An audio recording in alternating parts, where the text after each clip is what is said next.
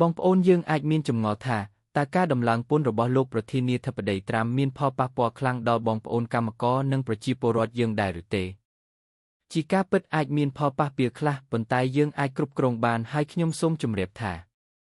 ទី1ការដាក់ពន្ធនេះជាការដាក់ទូទាំងពិភពលោកគ្រាន់តែដាក់ក្នុងអត្រាខុសគ្នាអាស្រ័យទោះលើជញ្ជីងពាណិជ្ជកម្មរវាងអាមេរិកនិងប្រទេសនីមួយតែប៉ុណ្ណោះការដំឡើងពន្ធនេះមិនមែនដោយសារកត្តានយោបាយឬដោយសារតែពួកប្រឆាំងវាអំពាវនាវឲ្យដាក់ទណ្ឌកម្មលើកម្ពុជាអីនោះទេ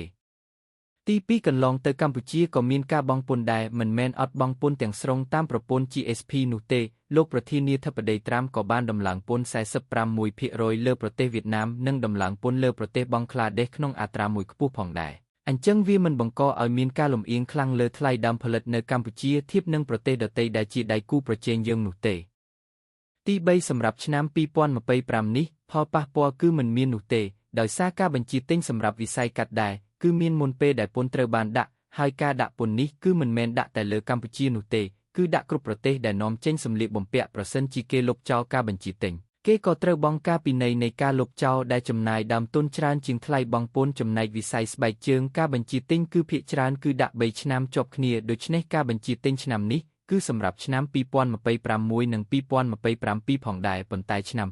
2027អាចមានការបញ្ហាប្រឈមខ្លះប្រសិនជាស្ថានភាពពន្ធនេះមានការបន្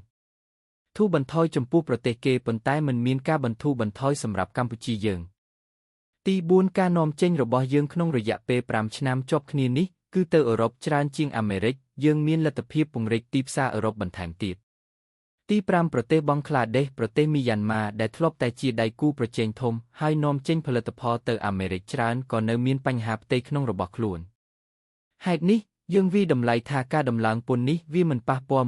100% សម្រាប់វិស័យនាំចេញរបស់យើងនោះទេយើងនឹងបន្តធ្វើការជាមួយអាមេរិកនិងបង្កើតឲ្យមានបរិយាកាសវិនិយោគកាន់តែប្រសើរថែមទៀតដើម្បីរក្សាឧត្តមភាពផលិតកម្មរបស់យើង